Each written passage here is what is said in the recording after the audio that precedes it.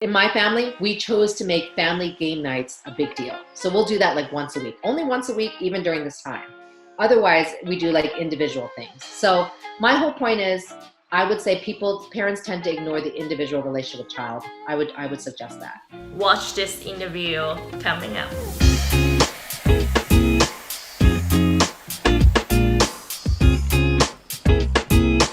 Hi guys, welcome back to my channel. Lately I've been struggling with having my kids working from home with me, so I did several interviews. The first one that I did was with Jeannie Chang. She's the founder of Your Change Provider LLC, and she's also a licensed family and marriage therapist. So if you want to learn about some tips from her, how to self-care, how to set a good routine for your kids at home during this COVID-19, don't miss out. Coming up. So how are you managing this right now? Like, you have all 4 kids at home. I'm finding that more actually because I think everybody's on Zoom. Yeah. No, so how am I managing with all of them home? Mm-hmm.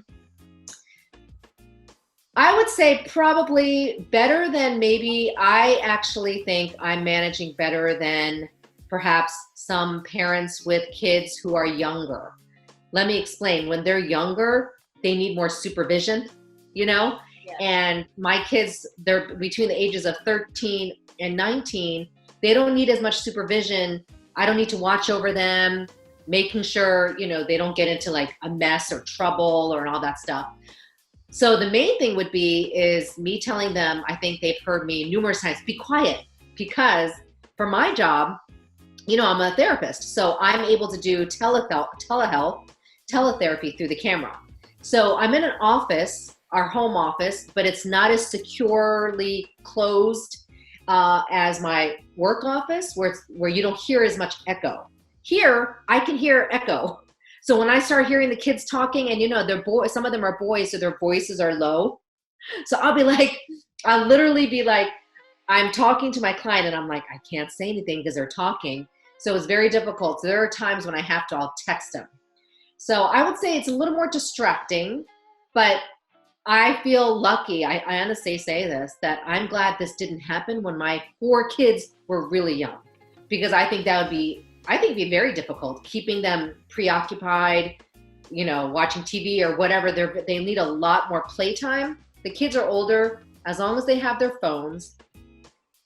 And obviously they're making sure they do their schoolwork. So I just make sure they, have a set time of studying and doing their academics. My college daughter, I leave on her own.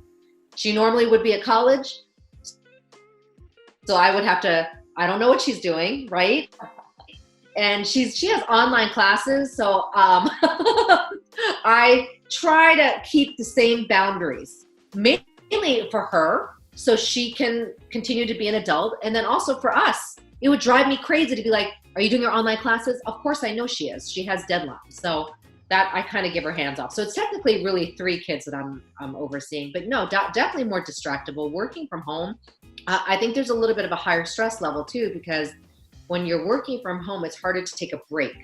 So some of the things I tell people is you have to actually force yourself to take a break, because you could be on your laptop on the sofa, on your laptop in the kitchen, right? And that's not healthy. So, yeah. But I do feel sorry for the parents with the younger kids. So how do you manage work and self-care right now? I'd say, to be in all honesty, it's been 2 weeks in since we've been technically quarantined, and my work schedule is probably just as busy, if not more, because I'm in mental health and because I always did telehealth anyways. I have the same amount of clients, maybe a couple more, because some people have come to me because they're more stressed out. So self-care, I would say, has been difficult, especially this week, because I had such an increase this particular week. Plus, the truth is, we're all adjusting to a new schedule. So I think I tell people this, I let self-care go a little bit. So this week I'm a little bit a little bit more tired, definitely, maybe a little more grouchy. But my goal is, once this week ends, which is technically today, I have some work on Saturday, but I'm looking forward to Sunday, where that has been for me the designated day of rest. So I literally will probably not look at my phone, turn off the laptop, try not to do anything. work related. And self-care also means my daily bath. So every night I do a nice bath with some bubbles and some lavender salts, and I relax that way too. So That's cool. I highly recommend a bath. Okay. Kelly's like, I do it sometimes, I guess. But yeah. I'm wondering, like, with all your clients that are parents, like, what's kind of stressing them out the most right now? Keeping them preoccupied. I think the hardest thing is many people have at least anywhere from 1 to 4 kids. I don't think I know anybody more than that. And I think the honest truth is, number one, probably academics. A lot of, especially when I want to say most of the people I'm talking to, Asian American parents. So of course, that's the forefront of their mind. They're losing schooling, and technically they might get some online schooling, but it's not the same. So now here's the thing. Parents have become teachers, you know, and that is very hard. So I say to people, you basically took on another job. And if you're already a working parent, then you have another job with your teaching job of your kids. So your stress level should be high. I'm not saying that to make them more stressed out. I'm saying the reality is you're going to be more stressed out. You have another layer. So what I tell them, number one, is because you're now a teacher, please understand that you have another job. So you're going to be more stressed out. But let's look at it this way. It's temporary. We know there's going to be some ending someday. We don't know when. I'm assuming if it's by summer, I think we'll be happy. Let's hope. But I tell them a lot about, so it's not me so much giving them tips. I've shared this before. Stressfulness or anxiety, you almost have to accept it, and then you're more in control, right? Like going, okay, you're right, Jeannie, you're right. I'm technically a teacher now. So I have 3 jobs. So it makes sense that I'm more grouchy and tired and, snapping with the kids. That's step 1. Then step 2 is, okay, when can I make sure that I have that break from the kids? And I actually say, some parents have a hard time doing this, especially Asian parents. If you hear your kids fighting, that's the biggest thing I hear. Fighting, sibling fighting. You cannot intervene all the time. So even if you hear it and it annoys you so much, don't be like, kids, stop fighting. What are you fighting about? I actually say, sometimes you go upstairs, close your door. As long as they're not little and they're not going to throw things and hurt each other, leave that space for a little break. And even if you come back and you're like, are they still fighting? My thing is, it doesn't matter. They might still be fighting, but you gave yourself somewhat of a break emotionally to come back a little calmer to help out the situation. So a lot of parents don't know how to remove themselves. And I think the one thing I've heard the most is sibling fighting. So that's why I've said, I need you to stop. You got to take a break. Let them figure it out. They can. And they're going to have to for the next month, right? Living together. So I think a lot of what I hear is mostly the stress of adding the homeschooling layer, because it's a lot, right? Yeah. Middle school kids, yeah. I think no matter what, it's hard. Even on me, I'm making sure they do their homework. I don't know what they're doing. I don't know high school math. So when I tell these parents, you need to pace yourself too. And and here's the honest truth. Some of it is out of our control. The truth is they will miss some schooling. That is unfortunate. But you are also not a teacher, so you cannot go back to 4th grade math and go, what? What is this? Let me learn it to teach my child. That's too much. I would say if your school is able to give you some stuff, complement that, and then go on to a lot of the online website resources like Khan Academy. So I'll sometimes say use those resources and let the online teachers teach your kid. So you're a parent, not only the teacher. If you cannot separate parent and teacher, it becomes very stressful for the child.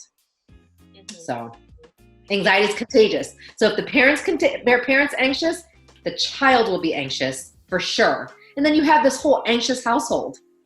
And by the time you're done with this quarantine, you'll be in a state of, distress or dysfunction. And I don't want to see that. So I say, please take it one day at a time, right?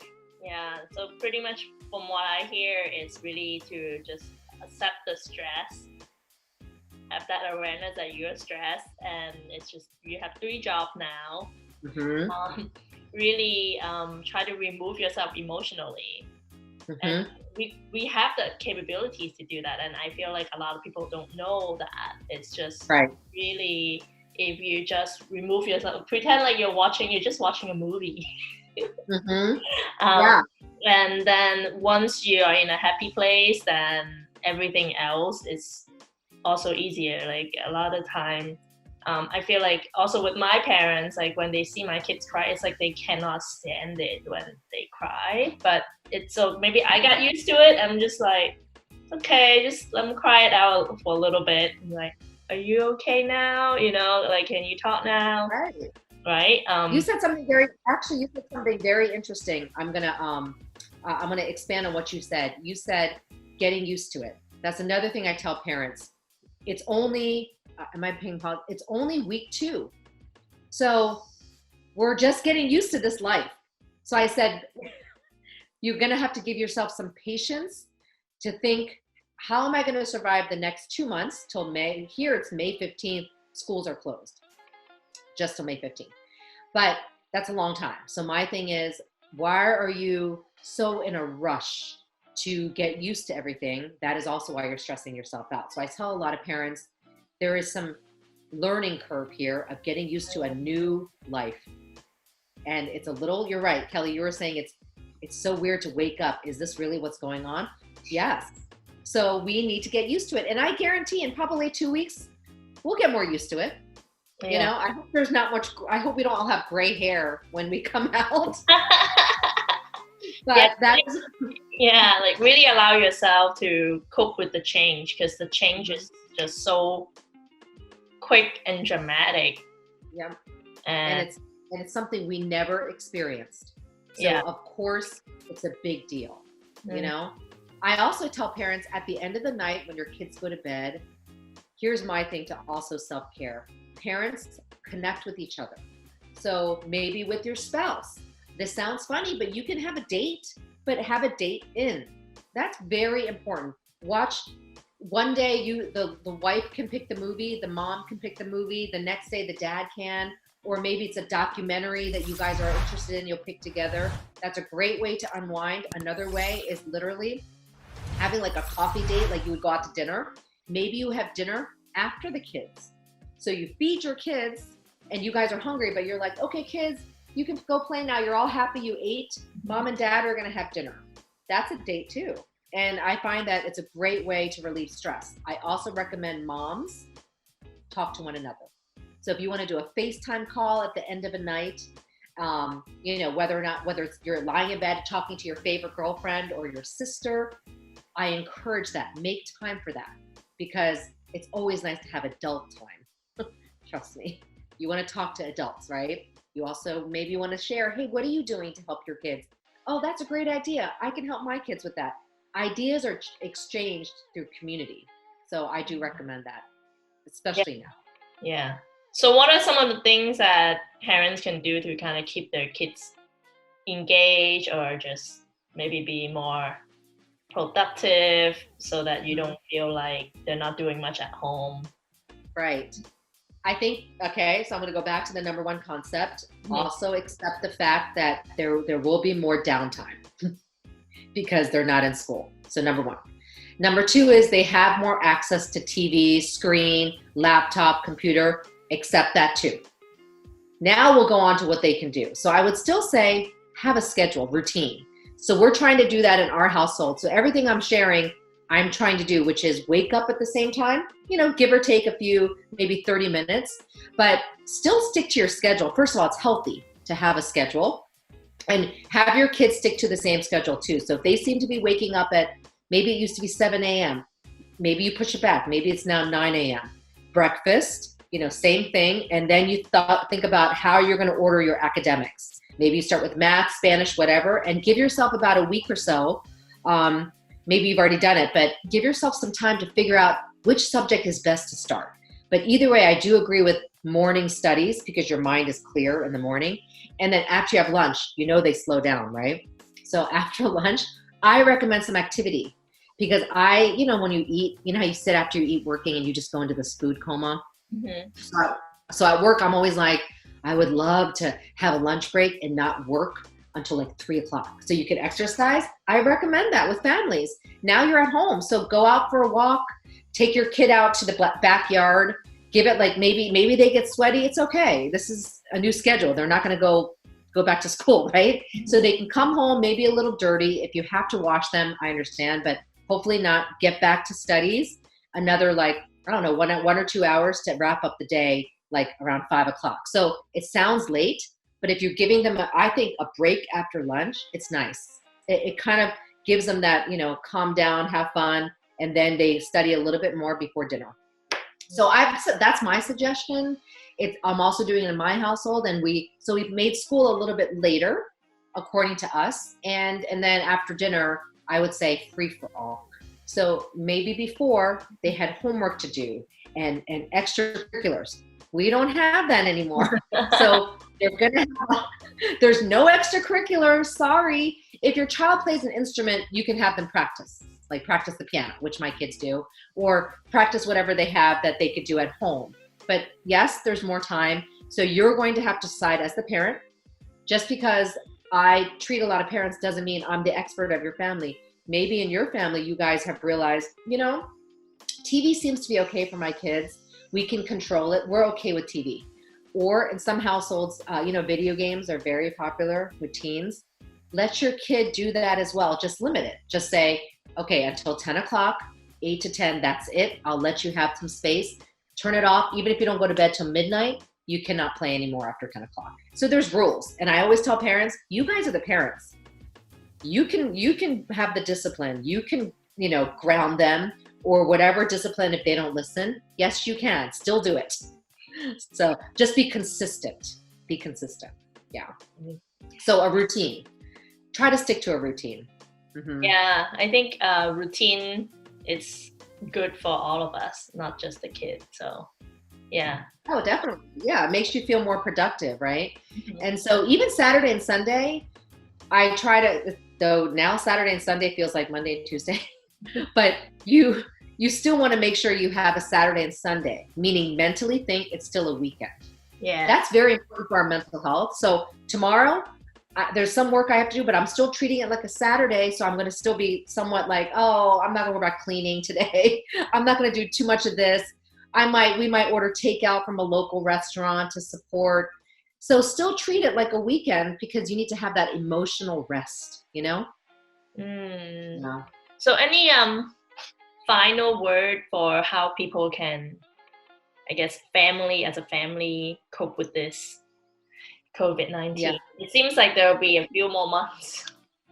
I know. So depending on the age, so let's start with the older kids, like teenagers. This may be difficult to understand, but since I have a daughter going to college, I do tell a lot of parents this. This is actually a very unique time. You have extra time with your teenagers. They may not like it. They may think it's annoying, but honestly, when it's all over, you're actually going to probably almost kind of going, oh, that was a long time, but oh, I wish we did this. So I want parents to think, what do you wish to do? Because there's always regret. Nobody ever regrets, oh my gosh, I hated spending time with my kids. Honestly, they think that, but there's always regret that they didn't appreciate it. So I tell the parents, don't regret and think now, you know what? And some people have actually said, you're right. My son and I, we don't talk a lot. Maybe I should try to encourage like a mom and son walking. That's what one mom said. I said, that sounds great. So I actually tell parents, depending on each child, why not think of one unique thing that you can do with each child? And I would call it a parent-child date, right? And you can still do that. So we can't go out, obviously, but you could say, my son likes to walk. We're going to walk from our whole neighborhood and come back, and that's my date with him, and I can get to know him. Even if he's only 5 or 6, why not? Another kid likes to ride the bike. So if you have a bike, you do it with them. Or example is, some parents have done it, they bike and you're literally walking and trying to keep up with them, but you're still spending an activity. So I tell parents, don't be so stressed out about overall quality family time. That's important. but individual family time with your kids is also ignored. And so I think this is a great opportunity to individually give your kid that attention. Dad and son, dad and daughter, mother and son, mother and daughter, switch off. And it's very special. In fact, kids, they're young enough, if they're young enough, they may look back and go, yeah, remember the COVID-19? That was so much fun because mommy and I had a date every day. Wouldn't that be nice that they think that way? So my point is, we tend to regret the things we don't do. So stop saying that and understand that it's kind of unique that we were forced and no choice to be at home. And I think it's kind of cool that we could be at home and buy some board games. That's another thing I've said, buy some board games. And I will say, this is what we do. I'll share what we do in our house. Well, we did this when they were young. We taught them card games, and now we play poker with candy. So we have this family game night where you play poker with candy.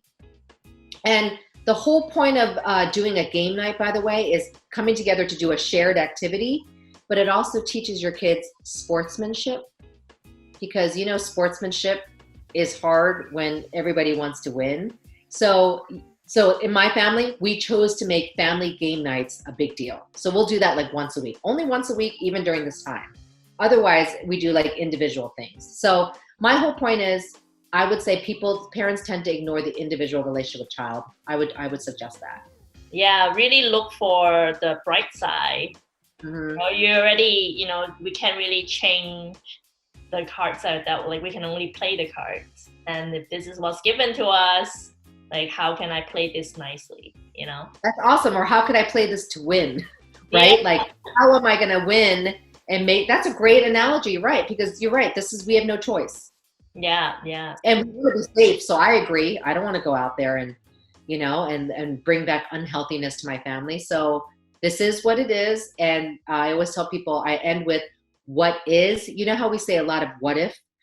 What if this happens? What if I get sick? What if my kids get behind in school? That's a very anxious way of thinking. I ask parents to switch it to what is. The what is, well, my kids are healthy. The what is I do have a job. I'm lucky to have a job. Or the what is we are actually spending more time together and cooking at home, so we're healthier. If you switched even that phrase, your mindset shifts. And so it goes to the present, like right now. Yeah. So I always tell parents, take the what if out and do, okay, what is? It takes practice. But when you practice it, again, your perspective becomes healthier. So that's my suggestion too. Yeah, the last point. Really, I think whenever we're anxious, we are focusing either on the future, what if, or the past, what's like some of the regrets which covered on. And if we just focus on the now, what's here right now, and we're okay. Like, we're fine. That's right. Well, and it's not even being okay. We can only control, right? Right. So I tell people, no wonder you get stressed out. Unless you tell me you can predict the future, which I don't think you can. Nobody can do that. You cannot control the future, and that is why you get stressed out. But we can definitely control today. Right. What I'm going to do today, what I'm going to do with my kid, what I'm going to cook. That is the right now. So that's why mindfulness is successful, because it makes you focus right now in the moment, what you can control. Thank you. That was great. If you like this video, please give it a thumbs up and subscribe if you haven't already. Thank you so much, and I'll see you next time.